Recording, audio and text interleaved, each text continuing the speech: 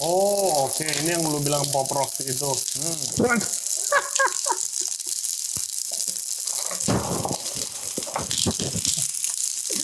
Wow, oke. Nggak main-main pop rock eksperimennya ya.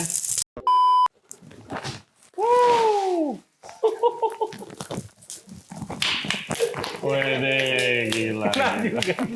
Hello everybody, welcome back to the show. Thank you very much for tuning in to Ray Jensen Radio Podcast. Kali ini gue punya episode spesial buat kalian karena akhirnya Chef Andrian Ishak dari Namas itu kesini untuk menunjukkan skillnya dalam molekular gastronomi. Sambil of course cerita tentang gimana sih waktu dia mulai belajar, waktu buka restoran tanpa pernah kerja di industri F&B, dan yang paling menarik, dia itu ternyata keluarganya punya usaha kambing guling yang cukup legendaris dan ramai banget. Tapi kenapa dia nyebrang malah mendalami molekular gastronomi? Selain itu, dia akan bikin dessert yang super ribet. Namanya Explodeng yang akan meledak dan ngeberantakin semua kitchen studio kita. Langsung aja kita tonton Chef Andrian Ishak dari Namas. Enjoy the show.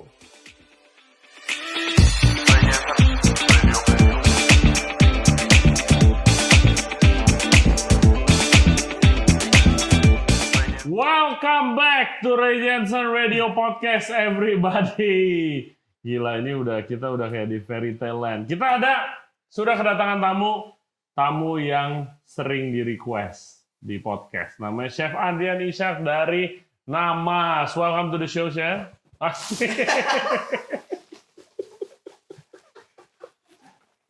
Gatal-gatal. Welcome to the show. Yo. Apa kabar, Chef? Baik, Gimana baik, Namas? baik. How's business? Namas udah masuk tahun ke 10 sekarang. ke-10. Congratulations. Gila, nggak nyangka Thank you, dari... thank you. Anjing, gatel gue. Gatal karena belum mandi kan. Jadi kita kan mau ngomongin tentang background lu seperti biasa. Tamu perkenalan dulu, mungkin ada yang belum kenal Chef Andrian Ishak. Jadi mungkin boleh cerita dulu. Mungkin dari pertama awal terjun ke dunia F&B itu gimana ceritanya? Sebenarnya keluarga kan F&B ya. Yes, Keluarga punya F&B. kambing guling terkenal.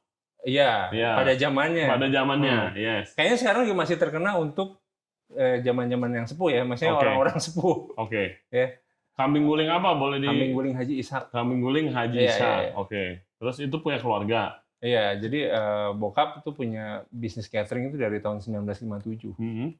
Udah lama banget kan. Oh, wow. Cuman emang specialty-nya di kambing guling. Gitu. Mereka ngelayanin wedding sih waktu itu. Oke. Jadi gue dari kecil emang buka kamar tuh udah bau bumbu tuh. Iya. Dan emang di grooming nggak buat lanjutin bisnisnya ini? Gimana, sorry? Di grooming nggak emang kayak ntar lu direncanakan untuk lanjutin cateringnya? Enggak sih. Oh, enggak? Enggak sih. Oke. Terus lu ngapain? Dulu bokap cita-citanya gue bikin hotel justru. Oke, iya. Kayak gitu. Terus lu sebelum di F&B lu ngapain kerjanya berarti? Ngeband. Ngeband? Ngeband. Band apa? Ngeband lah, ngeband. Iya, band apa? Main apa? Oh, main gitar. Oh, main gitar. Main gitar. Di kafe-kafe gitu? Sempet sih waktu di Bandung waktu zaman-zamannya kuliah. Oh, mantap. Terus why do you decide to terjun ke dunia F&B nih? Ceritanya sebenarnya agak panjang ya, karena bokap sebenarnya udah lama di F&B, terus bokap pikir gua saat itu suka masak, padahal nggak sama sekali gitu kan. Yeah. Gue juga nggak ngerti, jadi lagi gua ngeband itu sama teman-teman di rumah gue kan, terus pas kayak ngambil makanan gitu, bokap sama temennya tuh lagi makan gitu kan, terus bilang tuh anak saya yang itu tuh senengnya masak gitu. Gue tuh langsung masak? Yang mana? Kapan gue masak gitu? Ya anaknya yang mana? Kapan gue masak gitu kan? Tapi bokap gue ngomong begitu gitu kan. Sebenarnya itu sih jadi titik di mana gue akhirnya nentuin masak gitu. Oke. Tapi waktu lu karir masak, gue tau lu waktu gue makan di Namas. Diajakin temen kan, udah jadi kayak molecular dining chef gitu. Sebelumnya lu kerja dulu kan di restoran apa langsung? Enggak. Apa? Gue nggak pernah kerja di professional kitchen sebelumnya. Terus? Ya itu dari ngeband nggak ada hasilnya. Kalau ada hasilnya gue nggak di sini kali ya. Iya. Ya dari band terus ya udah terus gue ngapain lagi nggak jelas. Kan gue sebenarnya senang seni kan. Sebelum ngeband tuh gue banyak ngelukis gitu. Ikut lomba lukis kayak gitu. Nah terus pas ngeband udah married punya anak nggak jelas gitu kan masa depan ya kan. Soalnya ngeband juga lagunya nggak jelas gitu. Lagu sendiri bukan? Kalau di lagu itu molekuler gastronominya musik kan. Gitu. Kalau itu molekuler gastronomi jarang ya. Bjork itu tau nggak sih? Oh iya, lu suka kan nggak semua orang seneng gitu kan. Dan ya nggak semua orang ngerti juga ya. Oke. Nah gue patokannya ke situ gitu. Nah ya udah terus nggak jelas lah karir di band. Semua bilang ngapain ya? Oh gue pikir gue mau sekolah bisnis waktu itu. Gue udah apply waktu itu Prasetya Mulia, terus udah dapet. Nah, pas gue mau ke sana, pas mau bayar, gue tiba-tiba kayak gue bukan orang bisnis deh gitu kan. Karena kan gue sempat pegang catering bokap kan. Iya. Oh sempat juga tuh. Sempat pegang catering bokap karena bokap udah sakit-sakitan, terus gue disuruh lanjutin gitu kan. Tapi ya sama karena perusahaan keluarga ya challenge-nya banyak ya. Oh my god, yes. Akhirnya gue nggak kuat lah di situ gitu. Nggak sustain juga bisnisnya. Akhirnya gue pikir gue bukan orang bisnis gitu kan. Kalau gue orang bisnis pasti tuh catering bokap bisa sustain gitu kan. Yes. Tapi ternyata enggak. Akhirnya gue nggak lanjut ke sekolah bisnis. Gitu. Gue pikir gue ngapain ya gitu. Gue seneng makan gitu kan. Yeah. Dan gue ingat banget itu perkataan bokap gue. Itu anak sayang itu senengnya masak gitu. Yeah. Pada saat itu gue masih bingung kan. Nah itu jadi akhirnya gue decide masak karena ingat bokap gue ngomong begitu. Gitu. Terus ternyata molekuler? Iya. Sorry, sebelum ke molekuler ya. Ternyata gue ingat bokap kenapa ngomong begitu. Karena gue waktu itu pengen les gitar nggak dikasih sama bokap, sama nyokap nggak dikasih. Terus gue minta diajarin sama tetangga gue dong, ya kan tetangga gue ada yang jago gitu kan. Terus gue bilang, Wahyu namanya, Wah ajarin gue gitar dong gitu kan. Boleh, tapi lu mau bayar pakai apa ya gitu kan. Ya gue nggak ada duit sih, gue kalau ada duit gue nggak sama lo. Gitu. Ya udah beliin gue martabak aja gitu. Udah, nah di situ gue bikin martabak sendiri. Oh, gue nanya ke abang-abang gitu kan. Gue tanya ke abang-abang martabak terus ya udah. Cuman apa sih tepung, gula, telur gitu kan. Udah gue bikin sendiri, asal aja gitu. Mungkin bokap akhirnya ngeliat gitu loh. Ini anak passionate banget gitu loh. Padahal gue kan buat belajar gitar sama tetangga gitu. Kayak gitu. Nah udah, akhirnya kenapa molekuler gastronomi? Pada saat gue decide kayaknya gue masak deh gitu. Karena bokap gue pernah ngomong begitu. Dan gue ngelihatnya masak itu sebagai seni juga sebenarnya. Ya kan? Jadi gue pikir, gue dari dulu ngelukis, ngeband, terus gue pikir gue tuh orang yang menggunakan tangan untuk menghasilkan karya gitu kan. Bisnismen kan nggak begitu kan sebenarnya kan. Nggak, betul. Akhirnya gue masak, tapi gue pikir gue masak apa ya gitu loh. Gue belum tahu ada istilah molekuler gastronomi malah. Iya, dan itu di Indo juga belum masuk man pada waktu itu ya. Ini tahun berapa itu ya? Tahun 2011-12 kali. Enggak, lebih early lagi. Gue tahunya itu lu. Ya. Terus? Nama saya emang 2012 kan. Tapi gue dari 2004, 2005 itulah udah mulai ngulik tuh. Nah pas gue decide gue mau masak, gue lihat the best restaurant in the world. Yes. Saat itu El Bulli. Betul, El Bulli. Yes, itu buat yang nggak tahu guys, itu most influential restoran lah. Dia lama banget jadi peringkat 1 dunia. Kebetulan makanannya molekular. Chefnya namanya Ferran Adria. Makanya dia dibilang Ferran Adria Indonesia sekarang. Amin. Andrian ya. Ferran Adrian. Sheikh Andrian. Terus lu lihat El Bulli? El Bulli. Nah, terus gue lihat wah ini keren nih gitu kan. Gue kan the best restaurant in the world, terus gue pengen tahu kayak apa gitu. Ini keren nih, gue nggak tahu itu molekuler gastronomi gitu kan. Tapi ini gue mau nih kerjain nih, yang kayak gini gitu. Seni banget sih. Gue pikir ya ini seni nih, ini bukan kayak makanan yang selama ini gue tahu nih. Iya, oke. Baru gue Google lagi molekuler gastronomi, ketahuan istilahnya tuh. Baru gue ngulik lagi kan di Google, anjing stres banget gitu. Kan maksudnya kayak scientific banget kan situ kan. Iya. Jadi kayak gue bukan orang sains juga gitu kan, nggak ada culinary background juga gitu, maksudnya nggak ada culinary education kan.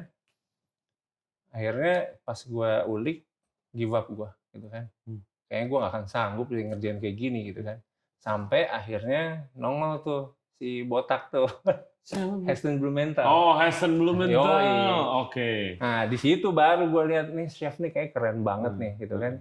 Jogrokannya tuh nggak kayak chef gitu menurut gue ya saat Karena itu. dia bukan chef, dia juga sama kayak lu yang tidak punya background apapun di dunia. Exactly, food. makanya jadi pas gue lihat Heston Blumenthal nih siapa nih? Ternyata molekular gastronomi juga kan. Terus gue ulik lagi kan biografinya kan. Ternyata dia self taught juga gitu kan. Betul. Gue pikir gue bisa lah berarti nih gitu kan. Tahu nggak yang gue kerjain apa saat itu? Gue ulik buku pertamanya Heston tuh apa? Oke. Buku pertama yang dia lihat untuk ngerjain di kuliner gitulah. Oke. Gitu kan? Iya. On Food and Cooking, Harold Beggy. Oke. Buku-buku lu keren-keren kayaknya lu punya nggak? Nggak punya. Apa namanya judul? Harold Beggy. Harold Beggy. On Food and Cooking. On Food and Cooking. Terus? Nah, bukunya itu yang dia punya kan. Gue Google kan, gue cari itu buku, ternyata ada. Gitu. Nah udah dari situ gue baru mulai buka buku molekular tuh situ pertama kali. Buat teman-teman yang belum pernah dengar atau yang belum pernah makan kenamas, di kacamata lu kayak coba define molekular gastronomi. Soalnya kalau dari kacamata gua, molekular gastronomi itu yang teksturnya diubah, main teksturnya. Kayak gue inget waktu makan di Namas ada yang kayak daging, nggak taunya itu semangka dikeringin, yang kayak gitu kan. Kalau Ferran Adria dulu terkenal dengan spherical olive, yes. ya kan pada waktu itu. Nah, what defines molekular? Mungkin definisi molekular buat gue saat gue mulai sampai sekarang mungkin udah beda ya. Ya maksudnya berevolusi lah. Artinya gini, molekular itu buat gue saat itu cara kita berpikir terhadap proses memasak, dan akhirnya kenapa mesti proses masaknya beda gitu supaya hasil yang resultnya juga beda gitu kan. Supaya experience-nya juga beda gitu kan. Nah terus lama-kelamaan menurut gue molekular itu ya kebebasan berpikir kita sih sebenarnya. Kan Ferran Adria begitu kan. Dia pikir makan itu nggak harus Grant Eckert. Itu lebih nyebrang aja. Gue beli bukunya nggak ngerti men. Gue beli bukunya Alinea nggak ngerti. Kan dia kan yang kayak pertama kali makan itu nggak harus ada cutleries dan piring gitu, bisa dipakai media apapun gitu. Nah kayak gitu kan. Jadi about freedom sih, about liberation ya. Liberation itu freedom kan? Yes, of course. Liberation, gitu. freedom of thinking. Cara kita berpikir ya terhadap satu ingredients, terhadap satu dish gitu kan, terhadap satu dining experience kayak gitu-gitu. Oke, mantap. Kalau orang kan ngelihatnya kayak scientific cooking. Iya, banyak yang ngelihat gitu kan. Wah ini lu berarti itu dong punya degree di kimia mungkin nih ngerti gitu kan? Iya sebenarnya enggak ya kan? Iya. Tapi akhirnya memang sains itu sangat berpengaruh banget gitu. Jadi gini, gue punya ide nih. Punya ide seaneh-anehnya lah gitu kan. Terus kalau kita nggak punya sains, nggak bisa jadi. Akan susah kan gitu kan. Jadi sains itu emang kayak kendaraannya juga. Salah satu ya, bukan satu-satunya gitu. Semua teknik memasak sebenarnya sains juga. Betul, gitu kan? Betul. Sebenarnya kalau di breakdown ya of course science. Iya kan.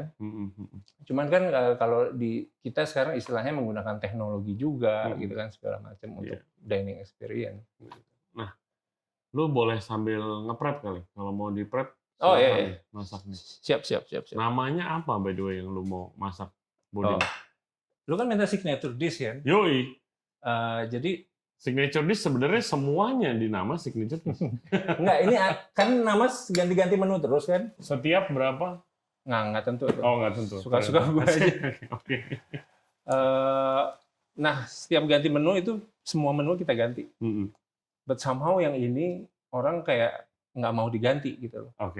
Karena ini experience yang orang lihat terus pas udah ganti season, yang itu nggak ada sih. Saya pengen banget cobain. Kecewa. Gitu. Iya. Akhirnya itu harus terus ada gitu loh. Which is apa nih? Es podeng. Es podeng. Cuman gue nyebutnya explodeng. Explodeng. Explode. Oke. Karena explode. Iya. Nah ini nitrogen ya yang tadi kan. Kepikiran dari mana? Kepikirannya waktu dari season 1 sebenarnya. Season 1 belum ada menu ini kan. Season 1 Satu tuh yang gue makan kali. Iya, yang lu rame-rame sama Odi. Iya, season 1 gue lagi beres-beres kan, gue sempat eksperimen pakai pop rock. Yes, I remember. Ya kan? Terus pas gue cuci-cuci terus ada bunyi-bunyi gini. Wah, ini pop rock ini menarik, gimana sih cara bikin pop rock gitu kan. Ternyata bikinnya ribet banget gitu kan. Gue pengen something yang kayak begitu gitu. Yang meletus-meletus gitu ya kan, pop rock. Cuman pengennya heboh gitu. Akhirnya ya udah, teknik ini tuh ketemunya setelah season keberapa ya. Udah pindah ke Gunawarman kok. Iya. Jadi gue punya teknik ini yang gue pikir saat itu gue pengen banget punya pop rock gitu kan. Tapi nggak tahu caranya gimana. Terus tiba-tiba ketahuan ini caranya nih. Ya ini nih yang nanti kita mau coba. Oke, jadi pertama lu pur liquid nitrogen. Iya. Sama itu apa? Air panas. Oh, liquid nitrogen. Masih liquid nitrogen. Oke. Ini mau kita isi semua. Lu tahu pasti kan griddle ya? Iya, griddle. Ini tuh anti griddle. Anti griddle. Oke, yang dingin berarti. Kalau griddle kan yang panas buat bikin burger. Iya. Makanya gue nggak pakai kompor kali ini. Gue mau pakai anti griddle. Oke. Aduh. Oke, itu anti griddle. Nah, ini ada apa aja? Es podeng. Nah kan tadi kan gue udah sempat mention El Bulli kan? Yes. Dengan spherification-nya kan? Nah ini gue mau bikin spherification yang tekniknya beda. Oke. Ya. Bikin bola guys, spherification, bikin sphere. Bikin sphere. Ini air panasnya ya, Cok? Ini kalsiumnya ya? Kalsium? Apa yang lo lakukan itu, Sir? Ya ini alpukatnya. Gue lapisin kalsium aja sedikit. Kalsium tuh maksudnya apa? Kalsium laktat. Oke. Untuk spare. Oke. Kan dia kan kalsium laktat itu temennya sama si algin. Nanti itu yang terakhir. Terus merah delima? Iya. Di es podeng ada merah delima kan ya? Sini. Dikit aja. Cut lagi. Sorry. Sendok mana?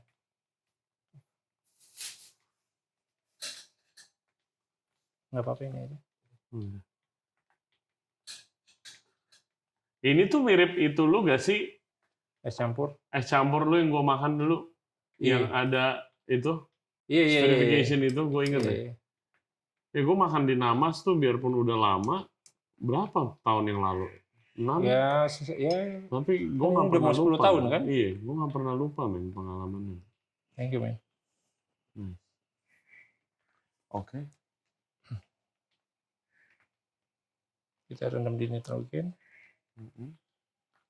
Terus lu rendam tuh, lu celup tuh?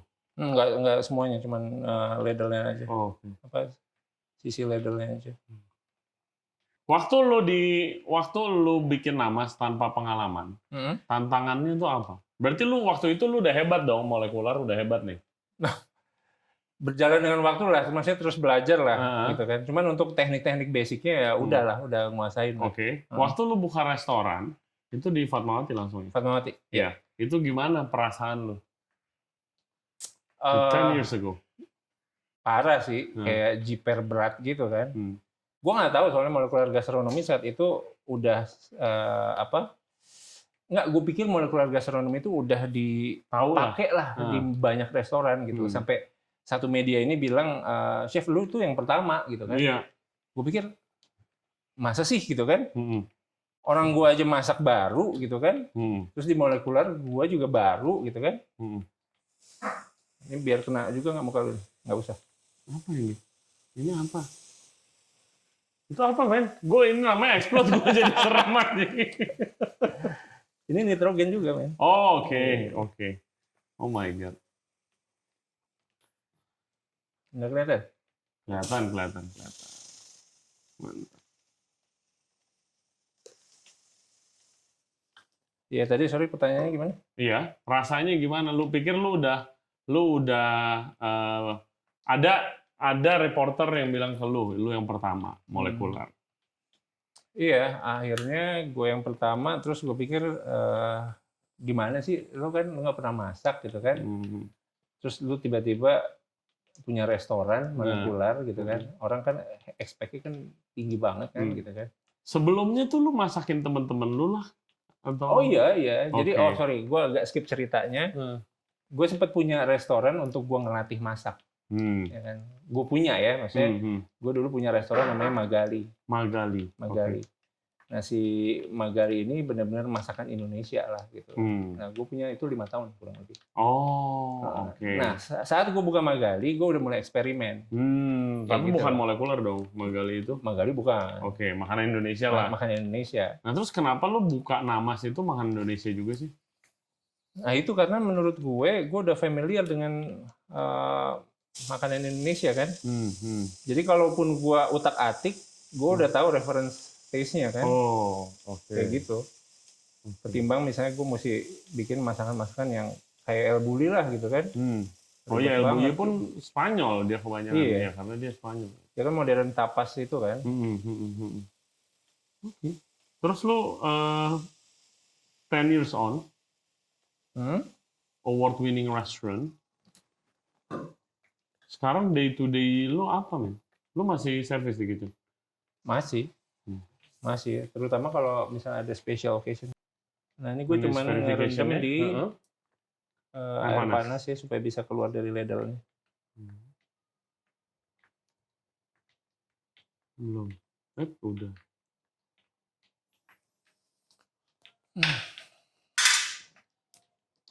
Terus udah direndam gitu aja? Direndam.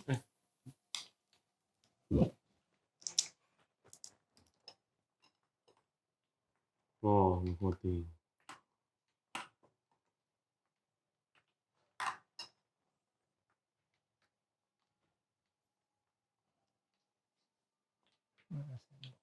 Oke, kan tadi kita udah bikin spare ya, apa yang di dalamnya ada alpukat tadi ada merah ada 5. Itu lagi direndam. Kita biarin rendam biar dia ngelanjutin terus proses gelnya biar kuat. Ya.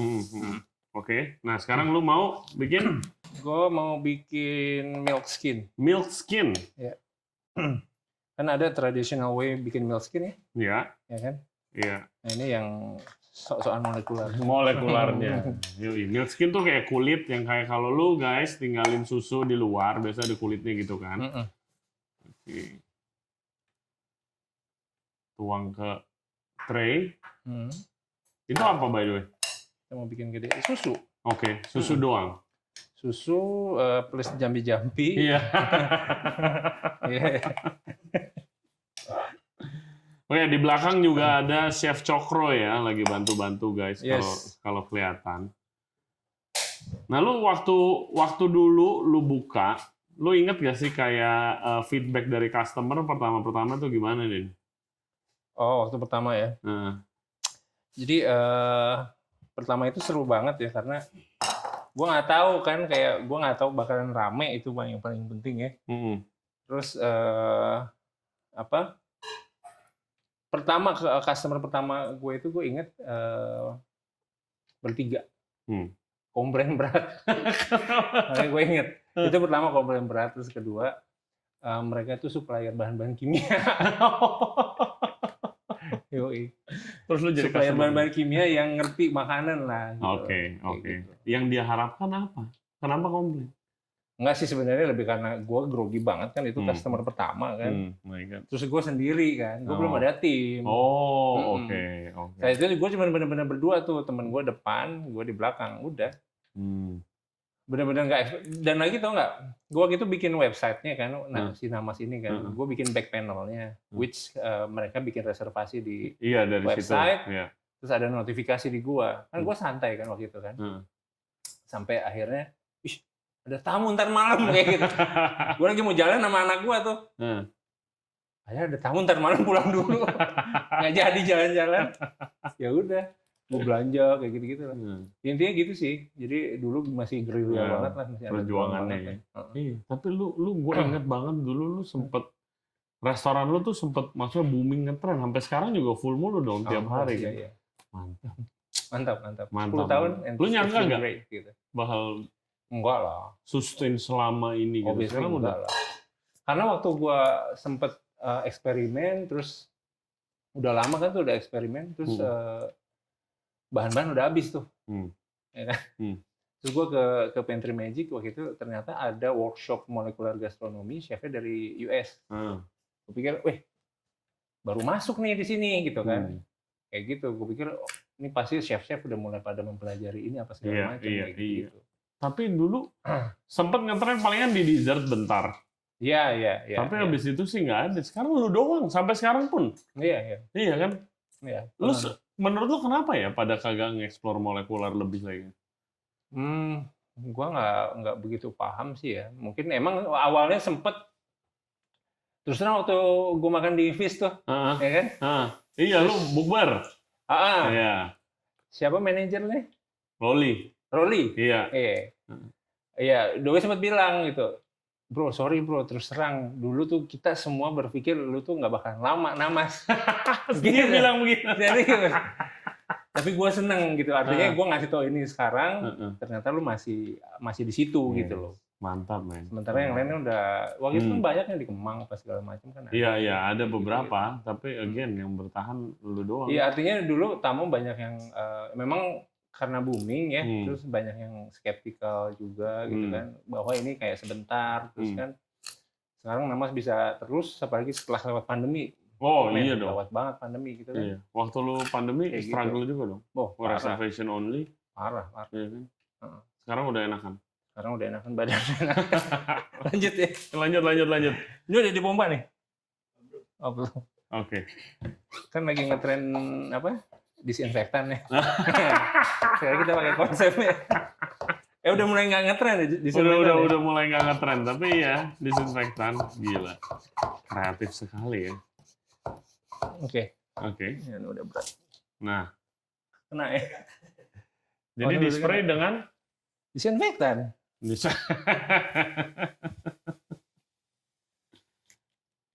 Kegedean tuh.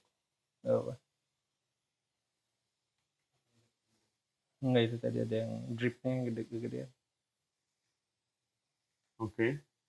Ini di-spray. Biar bebas virus. Biar higienis. Oke, ini gua agak banyak dikit. Biar bisa ditinggal lama-lama. Oke, ini gue tinggal dulu ya. Kita lanjut yang next-nya. Oke, siap. Nanti kita lihat hasilnya. Nah, ini bandnya nih, musisinya nih lagi, balik lagi nih. Ini oleh-oleh dari waktu dulu ngeband. Lu mau bikin apa sekarang? Ini menu ini dari waktu itu kita ada di tema cinema. Jadi ini inspirasi dari film science fiction gitu loh. Jadi kita sampai bikin jalur ceritanya juga gitu. Oke. Nah ini jadi kalau di yang cinema itu ada Ice Age, ya kan? Ada semuanya bumi itu membeku gitu loh. Iya. Nah pas mencair, aliennya tuh hidup, gitu loh. Nah ini inspirasi dari situ gitu. Konsepnya. Maksud filmnya Predator yang kayak gitu. Iya, kayak gitu-gitu. Nah secara tekniknya sendiri, gue tetap pakai nitrogen lagi. Cuman ini menarik ya, gue punya teknik ini. Lo tahu infusion lah ya, maksudnya? Iya, infusion. Ini cryogenic infusion. Jadi kita pakai suhu dingin nge-infuse ini nih. Si pandan. Nah ini air gula nih, ya kan? Gue mau bikin infusion, cryogenic infusion itu. Oke, nanti kita lihat jadinya kayak gimana. Jadi pertama lu kasih ke gula. Pandannya di brush ke gula. Gue ambil nerit ya. Ini sampai ngusir jin. Oke, dalam air gula dicelupin ke nitrogen. Iya. Nitrogennya pun bau pandan. Belum. Nah ini kurang banyaknya tuh gini tuh. Oke. Rendamnya nggak enak jadinya.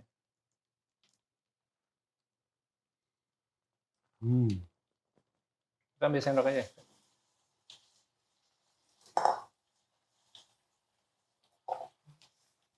Coba sini.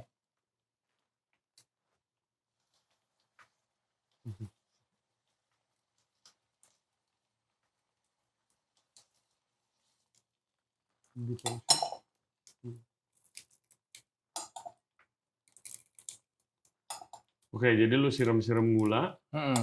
Kan jadi kayak salju gitu kan ceritanya kan. Yoi, jadi beku. Gila.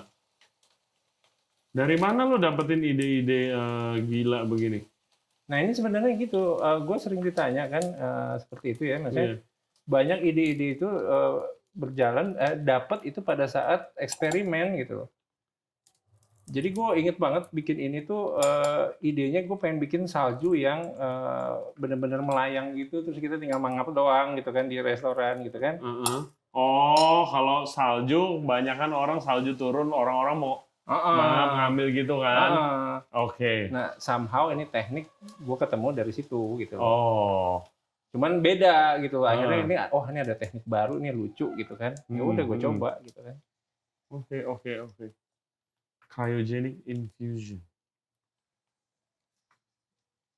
Udah lah, nggak usah lama-lama. Oke. Nah, nanti pada saat musim saljunya udah lewat, musim apa berikutnya? Semi. Musim semi. Iya. Kan udah mulai netes tuh. Betul. Nanti kita tunggu tetesannya ke dalam sini. Gitu. Which is ini adalah kalsium. Kalsium, oke. Iya.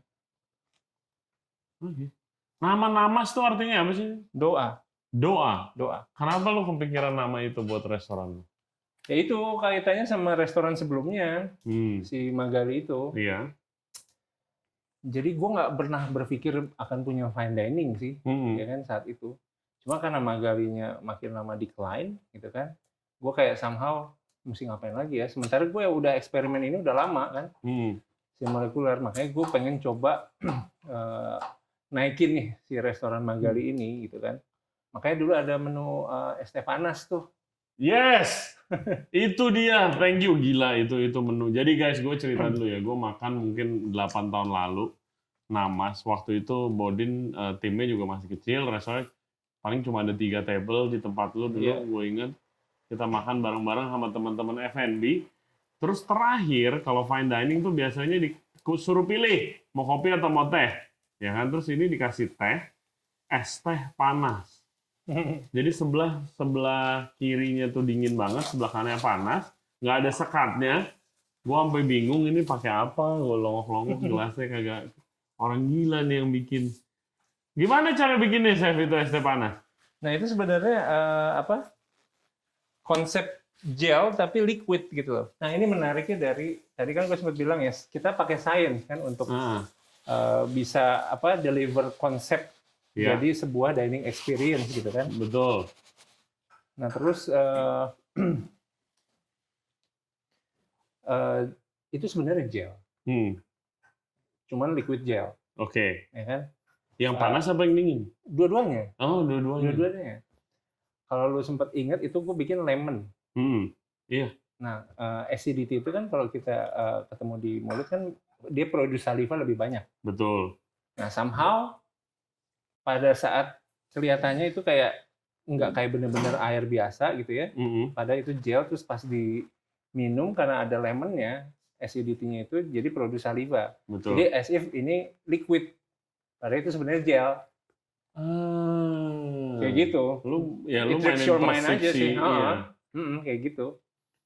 Nah terus akhirnya karena gel itu kan nggak ketemu sama air kan sebenarnya kan. Nah ya udah akhirnya dua-duanya yang panas gel, yang itu gel juga, yang dingin gel. Oh my god, that's a genius. Sampai sekarang masih ada kah es teh panas? Apa itu udah lewat? Itu di season Enggak, sekarang kita bikin kayak itu yang susu coklat tapi bening. Okay. Nah itu juga kita pakai memanipulasi indera kita juga ya. Karena selama ini kan kita pikir makan itu lewat mulut aja kan. Betul. Maksudnya yang berpengaruh pada saat kita makan tuh mulut aja. Sebenarnya kan hidung, mata, telinga, kuping segala macam itu ngaruh. Apalagi hidung. Nah ini gue bikin pakai si hidungnya itu, gitu kan, meng-highlight sensori hidungnya itu. Jadi airnya air putih, tapi smellnya coklat. flavor coklat itu ada apa aja sih? Asam, pahit, manis gitu kan. Ya udah gue masukin di air putih itu gitu loh. Tapi somehow aroma coklat bisa gue capture ke dalam air putih itu. Jadi kalau minum air putih itu sambil tutup hidung itu akan kayak nggak ada coklatnya at all gitu. Yes, betul. Gue pernah disuruh coba tuh. Coba lu makan coklat tapi lu tutup hidung. Kagak ada rasa coklatnya. Karena 80% rasa yang kita pikir dari lidah itu sebenarnya dari hidung. Iya, betul. Wow, you're a genius, man. No. Oke. Ini tadi udah fun. Ini tadi udah ada yang netes sih kayaknya. Udah ada beberapa yang netes tadi. Mulai ganti season. Oke. Dan lu coba kasih advice deh ke teman-teman. Lu mau banyak dari teman-teman kita pasti pengen punya restoran, apalagi fine dining. Itu dream semua chef muda kan. Tapi untuk menjaga konsistensi sampai lu buka 10 tahun, itu apa rasanya? Lu tau zaman sekarang anak muda kan bosan. Rasanya atau caranya nih? Caranya. Caranya mungkin itu ya, dulu ada dari kampus bisnis ya, Prasetya Mulia.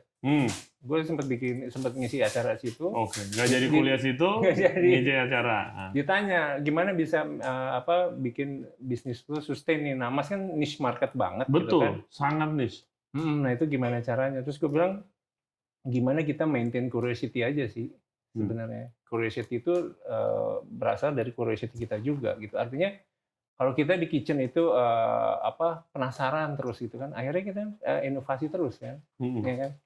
Nah pada saat kita curious gitu kan, kita nemuin teknik-teknik baru gitu kan, kita mau ngasih dining experience yang beda gitu kan. And then yang dapat curiosity customer juga gitu kan. Ganti-ganti season itu kan salah satu sebenarnya waktu gue ganti season itu tujuannya adalah gue sebagai seniman gue ngerasa gue nggak mau bikin itu terus gitu. Iya betul. Gue mau create something else gitu. Betul. Tapi dengan ganti season, sekarang orang jadi ngelihat next seasonnya apa, seasonnya apa. Jadi antisipasi orang kayak udah penasaran. Nah, yang menarik dari bikin penasaran itu, curious itu, adalah pada saat kita bikin konsep, gap-nya antara satu tema dengan makanan itu makin jauh, itu malah makin menarik gitu. Season sebelumnya itu kan gue ada street food. Street food kan sama makanan deket nih. Betul. Ya kan, street food, ya food gitu kan. Terus childhood udah makin jauh tuh. Gue inget tuh childhood, iya. Karena gue bilang childhood itu nggak makanan dari masa kecil aja, tapi semuanya experience masa kecil. Habis itu ada supermarket, ya kan? Nama temanya supermarket. Terus cinema, makin jauh tuh sama makanan. Antara makanan sama cinema makin jauh kan? Nah sekarang video games. Iya. Antara food sama games, iya jauh. Udah susah lagi tuh. Terus yang orang makan pakai VR tuh itu video game. Oke. Itu video game. Nah, ini udah pada netes nih. Iya, udah mulai musim apa? Musim semi. Iya, musim semi. Nanti nongol bunga-bunganya. Tapi bener ada bunga-bunganya nanti. Bukan di sini tapi di situ. Itu yang pakai VR makan apa yang pakai VR? Apa? Yang pakai VR makan apa? Oh, yang VR itu makan gado-gado. Oh. Makan gado-gado. Jadi kita kasih experience si sensori ini loh. Jadi lu pernah makan dining in the dark gak sih? Pernah gue makan kan? dining in the dark. Itu kan maksudnya kan biar palate kita lebih strong karena nggak bisa lihat, iya betul. Nah itu konsepnya begitu. Oke. Nice. Oke, next step. Oke.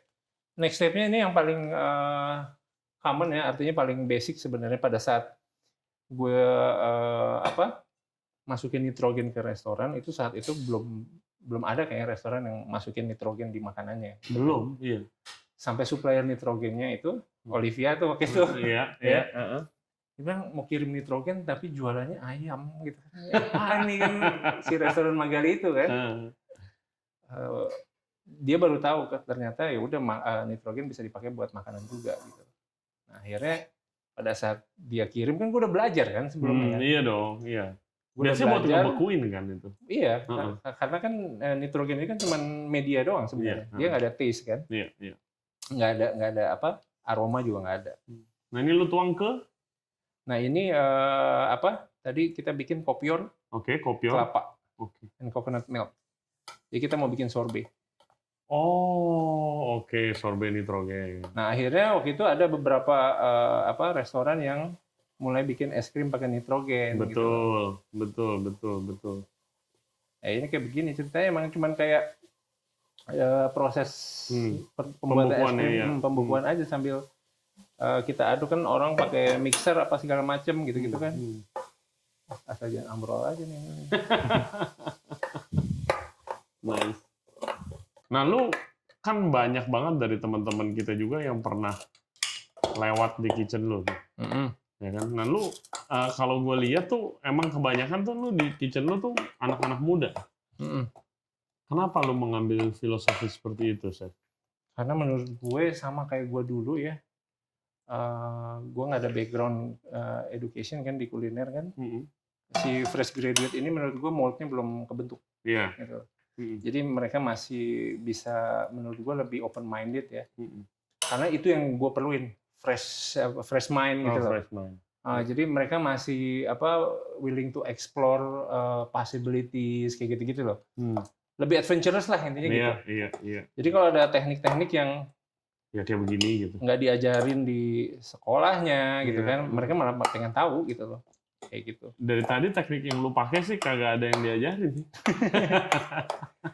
Nah itu makanya orang jadi kayak si fresh graduate ini lebih ya saling isi lah, mereka juga pengen sesuatu ilmu yang baru kan. Nah gue pribadi juga biarin mereka explore potensinya mereka gitu kan. Akhirnya mereka punya ideas juga gitu. Ide-ide yang itu juga yang bisa diaplikasikan gitu, molekular. Iya, bisa diaplikasikan karena memang kan di Namas itu selalu ada anak-anak training ini kan.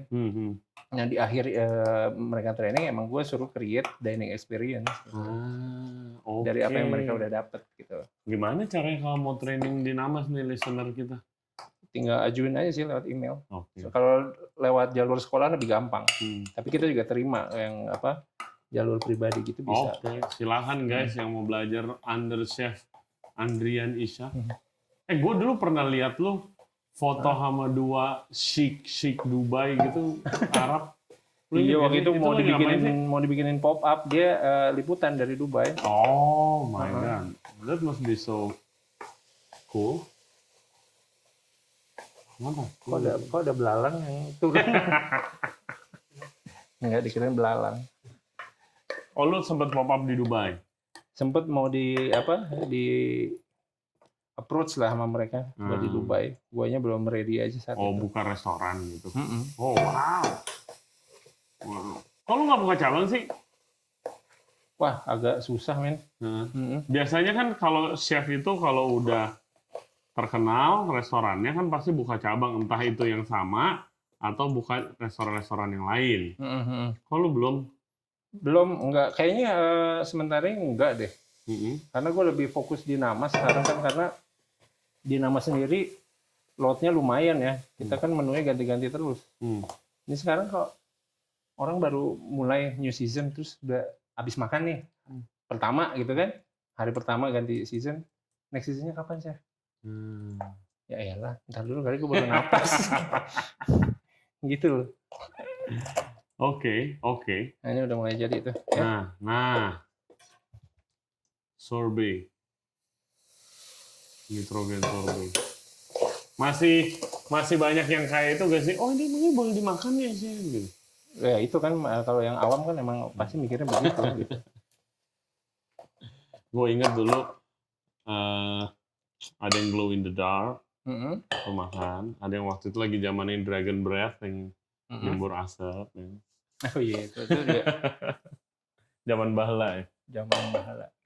Oke, next. Kita baru pakai anti griddle-nya. Oke.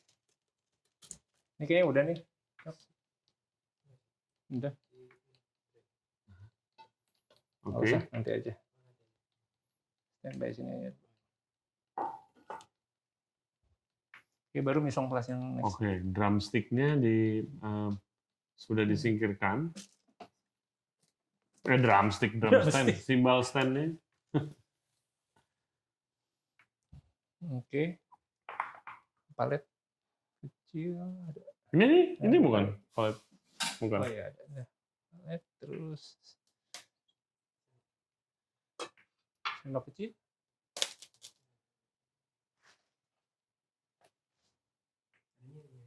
Ya udah,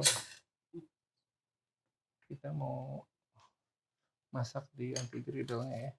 Oke, jadi ini kan anti griddle itu griddle tapi dingin. Tuh.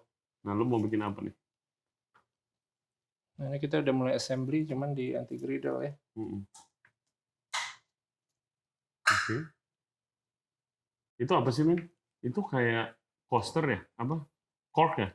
Iya kayak cork gitu bahannya. Ini mau sampling sorbetnya. Kan ada tuh es krim apa yang dibikin di atas Oh, ada yang Thailand. Yang Thailand kan yang di di roll atas gitu. batu Kan? gitu. Iya, yang dipotong-potong.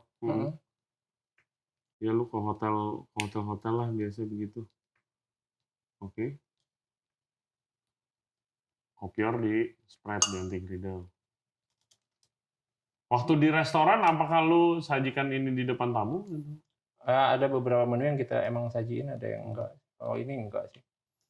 Anti griddle ini waktu itu kita banyak pakai di depan tamu itu buat bikin kue cubit. Waktu itu temanya tema apa? Street food. Pegangin. Oke. Lalu rencana lu sendiri buat Namas ke depannya gimana? Buat Namas? Iya. Buka berapa? 200 cabang ya. Amin. Namas Express gitu. Namas Express. Lu nggak itu? Nggak udah ada Prodigy belum lu? Ya udah boleh ada sih. Prodigy gitu. Iya, karena gue udah sepuh ya. Iya. Lu lihat jenggotnya. yang bisa meneruskan your legacy gitu. Andai kan. Oh iya sih, banyak sih yang mau. Cuman guanya aja belum. Oh belum. Apa yang harus mereka lakukan kalau gitu? Untuk jadi Prodigy? Iya dong. Ya itu aja sih paling kerja di Namas ya. Tapi anak gue juga pengen sih. Oh anak lu?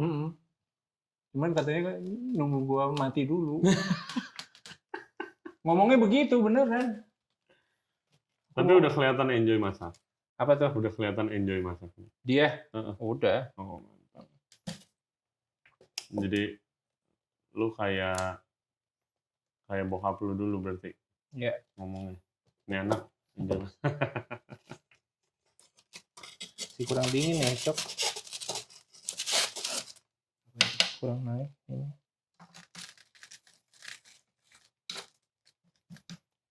Ini karena kurang dingin. Udah.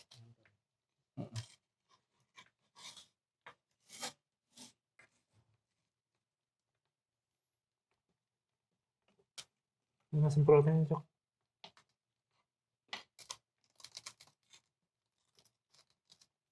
Oke. Disemprot sama nitrogen. Ini buat make sure supaya makin dingin gitu. Makin set.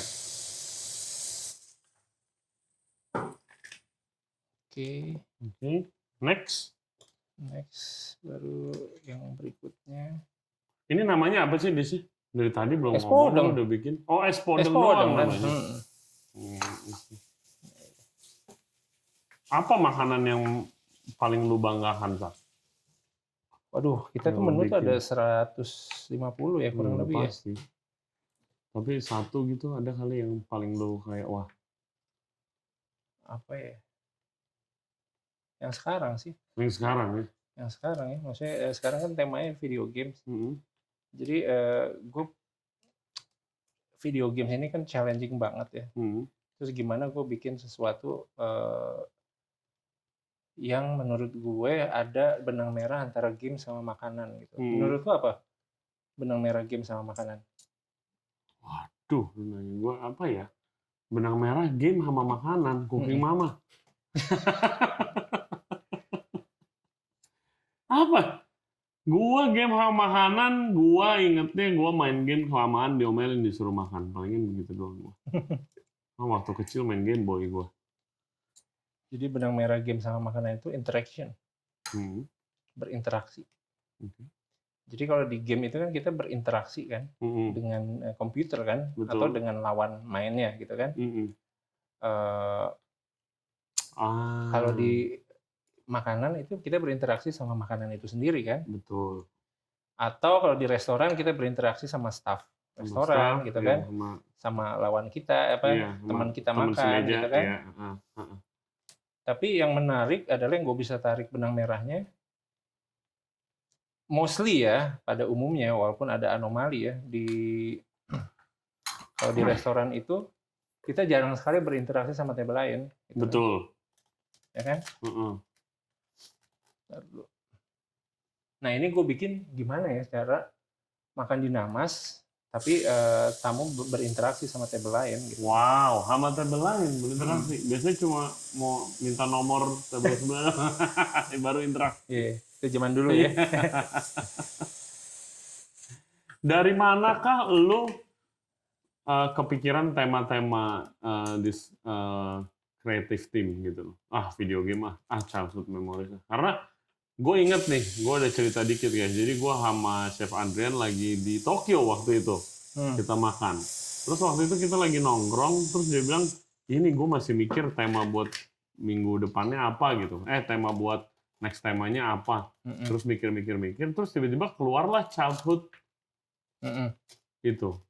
Nah itu lu. Itu habis itu childhood ya? Iya. Kita pokoknya kita beli. Oh iya benar. Gue nemenin lu beli kitchen tools di Tokyo kan. Terus habis ini bisa buat ini nih. I mean it's interesting dari sisi guanya ngelihat proses lu mikirin temanya gitu loh. Mikirin itunya. Ya itu gue nyari yang benar-benar jauh sekali dari yang kita bayangin gitu loh. Bahwa itu bisa jadi sebuah konsep dining experience gitu kan. Yeah. Si video games ini benar-benar karena gue lagi stres waktu itu. Kayaknya stres terus sih gue. Cuman kebetulan stres kali itu anak gue di sebelah gue lagi main game gitu. Oke. Gue pikir kayak nggak mungkin nih bisa ngekonsepin video games di dining experience Namas gitu kan. Akhirnya dari situ gue coba aja. Bisa nggak ya? Tapi gue nggak mau something yang predictable gitu. Kayak tadi lu bilang cooking mama. Gitu. Itu predictable gue guys. Ya udah akhirnya benar-benar random sih pemikiran itu. Kayak waktu itu gue sering traveling, gue kepikiran menu temanya itu abang sayur. Nah itu menarik juga tuh sebenarnya. Abang sayur. Oke. Karena di sini abang sayur lewat ya? Apa? Abang sayur lewat di ya? depan kan? Iya. Abang sayur.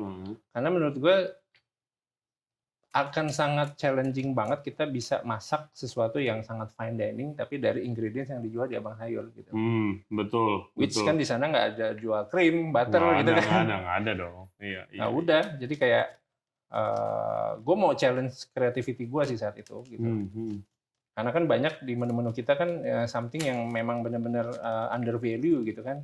Tapi kita bikin jadi makanan yang orang jadi bisa appreciate gitu. Iya dong. Dan menariknya waktu gue makan juga, lu bener-bener nggak main-main emang Indonesia gitu loh. Dan emang nggak, biasanya kan ada mungkin restoran Indonesia, tapi buat justifikasi fine dining-nya tuh pakai barang-barang mahal juga, pakai travel lah, pakai foie gras lah gitu kan. Iya. Tapi lu don't even try to look into that gitu loh. Gue inget, gue dapet es campur kok. Ya gue minum es teh panas kok gitu kan. Ada di singkong kayak areng. Gue nggak lupa men waktu gue makan tuh. Oke, ini dua apa nih belum disebutin Chef? Yang ini sih itu aja sih pie base aja. Oke. Kita kasih butter. Yang ini ketan hitam kan. Es podong ada ketan hitamnya ya? Betul. Nah, nanti ada lagi kita bikin. Oke. Ini sendok sekarang. Yang tadi nih? Iya, itu air yang tetesan pandannya. Lu mau gue ngapain? Nggak lihat. Oh iya, sphere. Oh. Yeah, kaviar. Oke. Oh ternyata lu jadiin itu verification lagi itu kaviar. Jadi ini tetesan-tetesan tadi, ya. Wow. Coba kasih lihat ke kamera nih. Mesti pakai piring kecil. Enggak, sendok aja. Sendok aja nih. Lu deketin. Gini kali. Tuh. It's a pandan kaviar. Oh, oke. Wah, gila. Gue udah di depan mata aja gue nggak nyangka lu bikin kaviar. Oke. How do you challenge? Iya, nanti. How do you challenge your creativity? Tadi lu bilang challenge your creativity. That's an interesting term. How do you challenge? Biasa kan orang nggak sampai menantang kreativitasnya sendiri. Itu kan lebih ke tadi yang gue bilang ya, lebih ke Curiosity itu kan. Gue bisa apa nih dari gerobak lontong gerobak apa? Gerobak sayur itu. Gerobak sayur itu gitu loh. Kayak gitu. Next. Nah, sekarang kita mau ngebekuin raspberry pakai nitrogen ya. Kan lo lihat nih, raspberry kan begini nih bentuknya. Iya. Kalau lo mau ambil satu-satu, kalau nggak pakai nitrogen tuh agak ribet gitu. Iya. Ya kan, yang terjadi adalah nanti pecah, patah, ya betul. Kan? Nah, kita coba ya kalau pakai nitrogen gimana. Gila, gue belajar banyak banget nih. Thank you. Oke. Yang penting semoga bermanfaat. Jadi nanti lo kalau makan malam bikin Oh iya, gue nyetok nitrogen kayak lo. Gue lah nanti. Gue mau nyuci rumah pakai nitrogen juga kayak lo. Oke. Nitrogennya kurang. Sini aja. Ya. Jadi orang siapapun tuh bisa beli nitrogen gitu. Harus lewat gua. Se-Indonesia harus lewat gua. Bisa lah. Reseller. Reseller. Oke, dia langsung beku instantly ya. Ya. And then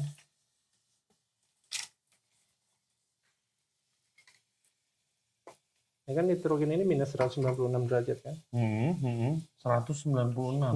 Freezer kita paling cuma berapa? Iya, 45. Dry ice itu minus 69.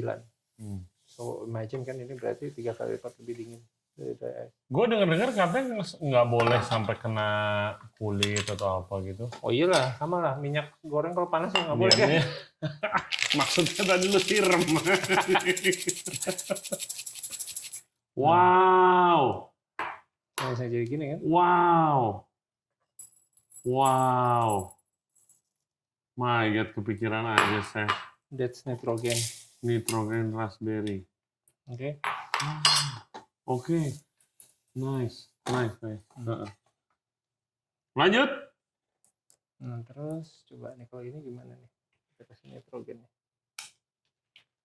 Mawar, rose. Iya.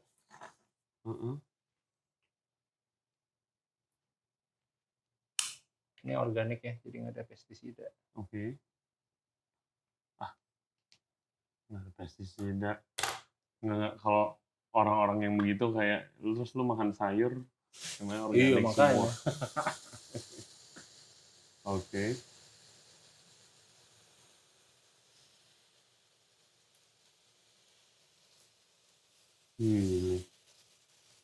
Gue kayak berasa ada dalam kitchen Namas, men.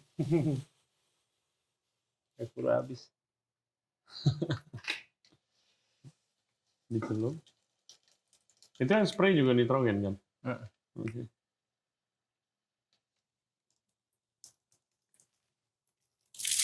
Oh my God. Oke. Nice. Wow. Kayak kaca gitu ya? Walaupun nanti dia akan balik lagi juga sih. Iya.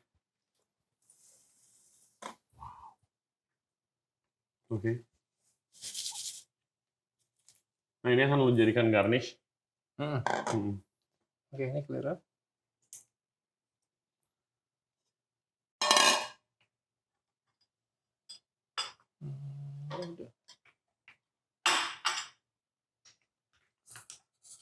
Ini juga ada edible flowers. Edible flowers juga gue pengen crush. Lu bekuin.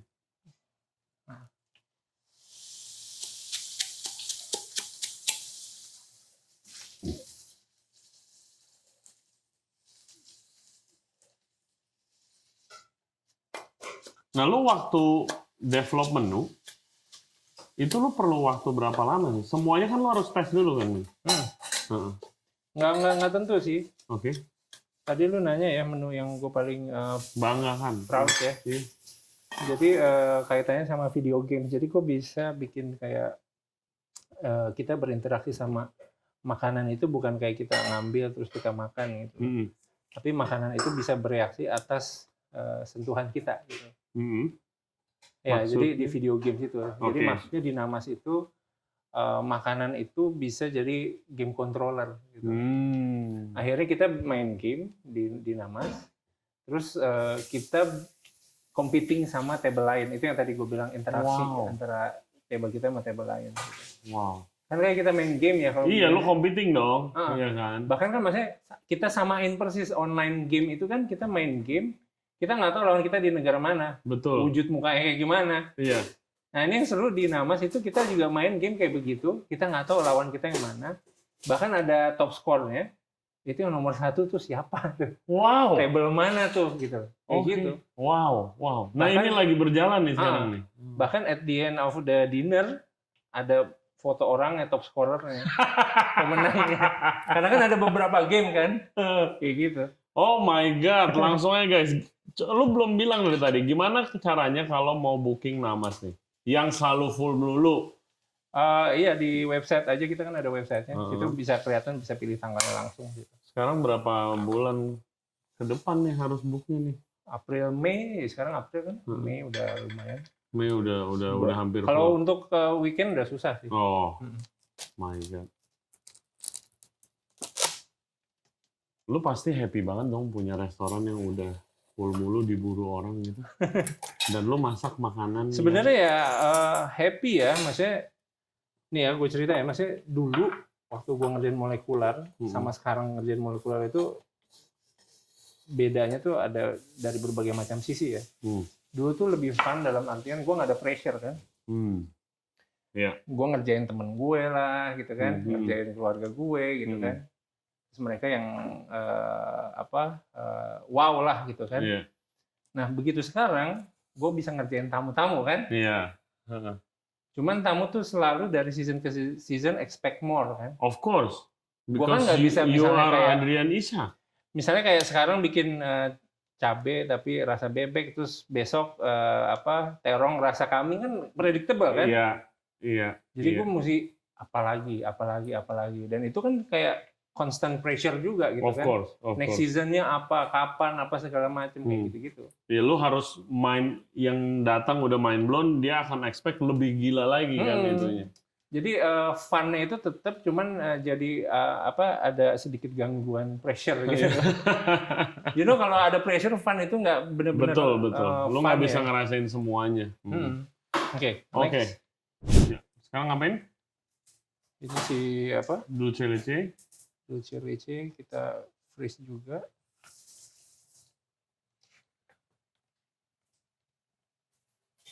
Oke.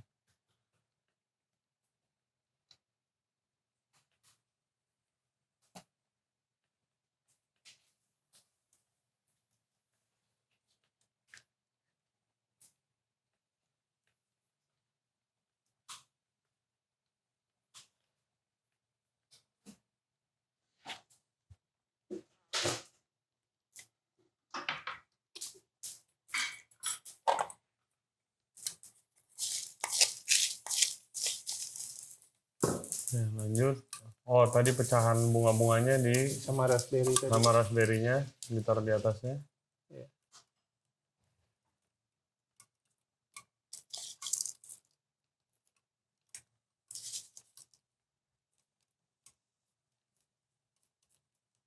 Tadi lu lagi ngomongin juga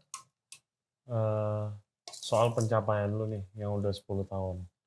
Gue mau nanya, lu sadar gak sih kayak banyak yang mimpi orang tuh pengen jadi kayak lu, men? Restoran satu, fine dining, keren restorannya, konsepnya original, buka sampai 10 tahun masih diburu orang. Iya kan? Lu sadar gak gitu? Banyak yang pengen jadi kayak lu gitu. Kalau setiap gue ketemu anak-anak sekolah gitu emang gue selalu encourage mereka gitu ya. Artinya lu dari sini mau kemana gitu kan. Ada banyak jalur lah untuk punya restoran gitu loh. But you have to have something gitu kan. Emang gue selalu encourage mereka gitu. Makanya mereka juga selalu seneng gitu kalau gue bisa share pengalaman gue dulu gimana gitu kan. Dari yang artinya gue nggak ada background sama sekali gitu kan. Terus bisa punya restoran, terus bisa sekarang di tempat yang menurut gue premium lah ya. Sangat di premium dong. Gitu kan. Iya dong. Nah kayak gitu. Nah lu yang orang banyak nggak tahu dari lu itu apa? Waktu lu zaman susahnya ngebangun nama itu apa? Paling susahnya? Ya banyak itu aja sih, banyak orang-orang yang menurut gue apa ya, skeptikal ya sama konsepnya gitu. Artinya kan molekular gastronomi benar-benar baru banget kan. Ya, kan? Sangat baru. Yes. Ya, kan? Mungkin yang paling baru. Bro. Iya. Ya. Jadi kayak apakah itu bakalan sustain gitu kan?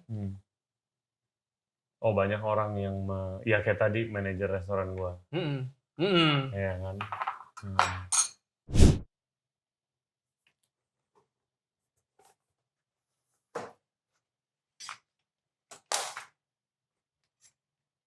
Nih, cukup gede gak?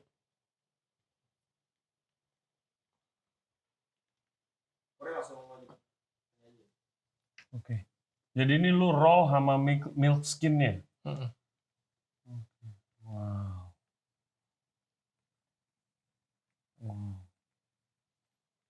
Es podeng.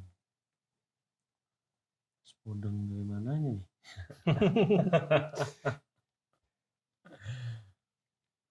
Oke.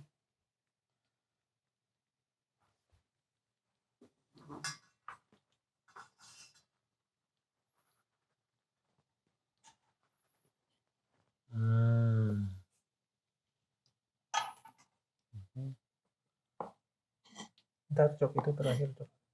Ini saya masih mau bekuin lagi nih, takut drop.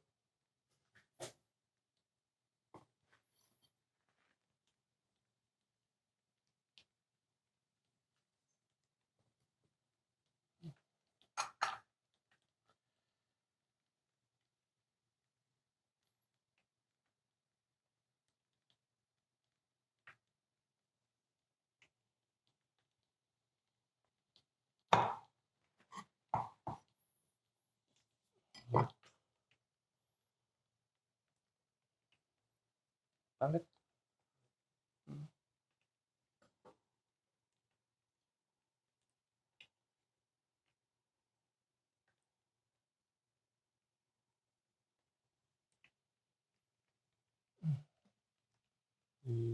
Robek ya?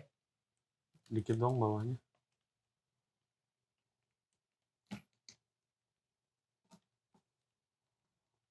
Oke.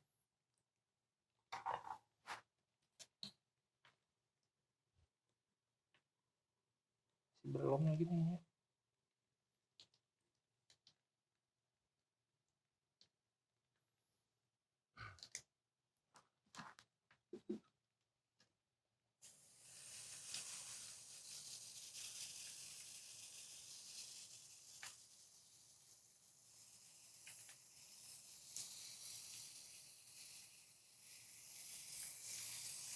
Masih ada kan bunganya kan? Masih banyak.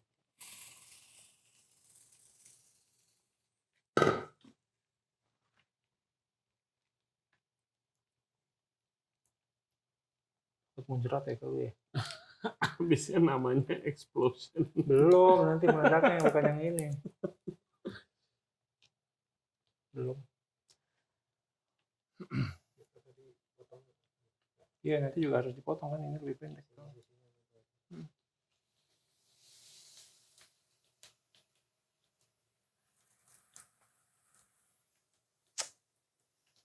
Cok, ini di semprot nih Cok. Takut melt esnya.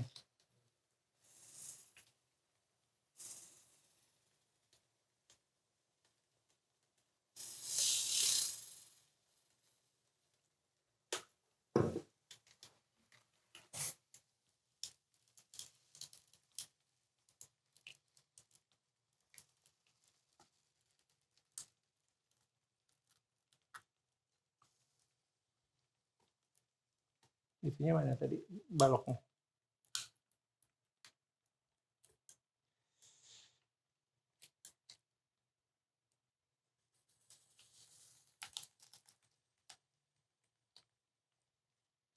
Dingin banget. Ya iyalah. Terus ya, terus.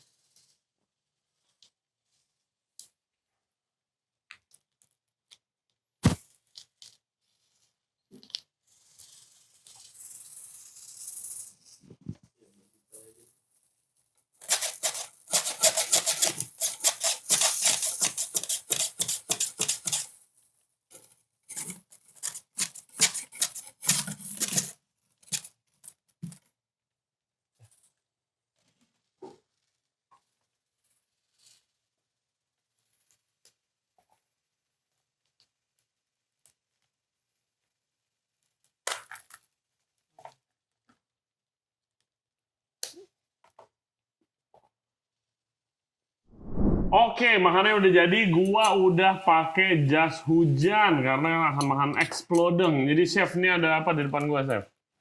Ya ini exploding. Nah, komponennya ini yang tadi kita bikin ya. Iya. Si apa spherification yang Alpukat Hamada 5.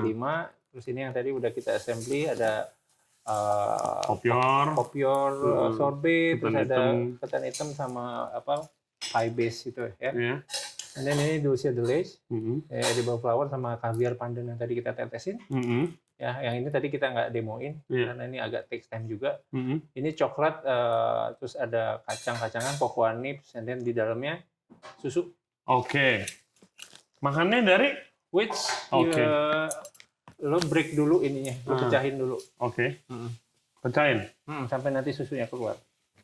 Oh, wah. Oke. Oke. Oke? Heeh. And then tunggu ininya. Ini si explodingnya sebenarnya ini. Oh, oke.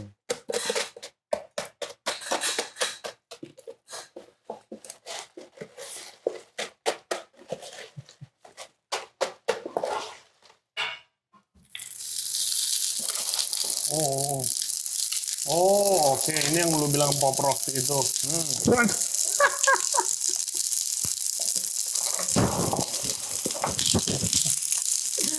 Wow, oke. Nggak main-main pop rocks eksperimennya ya.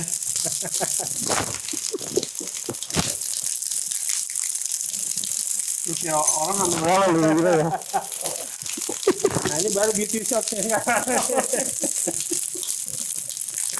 Wow, amazing, amazing, amazing, amazing. Ini Cok. Tadi ini Cok.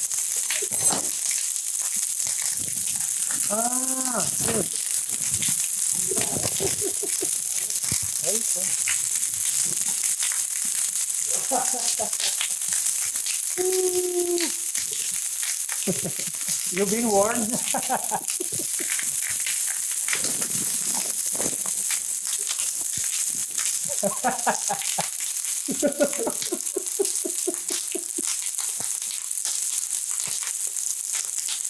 Hancur, come on.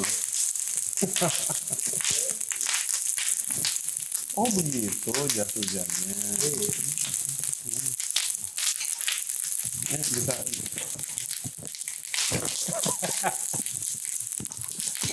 Enggak bisa. Mesti sabar dulu. Kecuali Oke. mau nekat. mau Kagak, beresiko. gue mau ngetes. Wow, oke. Wow, already. Woo. Wede, gila.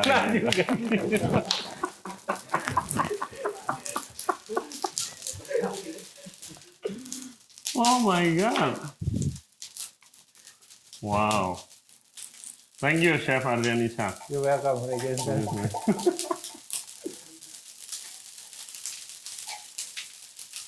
Dan enak juga loh. Ya iyalah ya.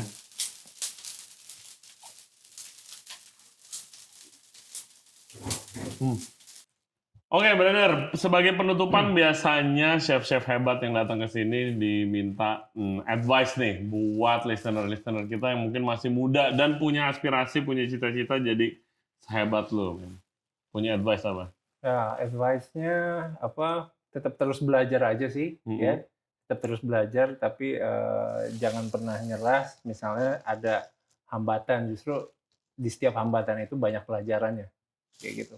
Oke, mantap banget. So, udah jadi, badan gue udah lengket semua, gue harus mandi, guys. Dan thank you banget, Chef Adrian Ishak, Bodin, thank you banget, men. Thank you so Udah much. lama Thank gak you. ketemu, great to catch up. Semoga sukses, Namas, dan punya program menu tema-tema yang lebih gokil lagi. Thank you. Thank And you. keep amazing us.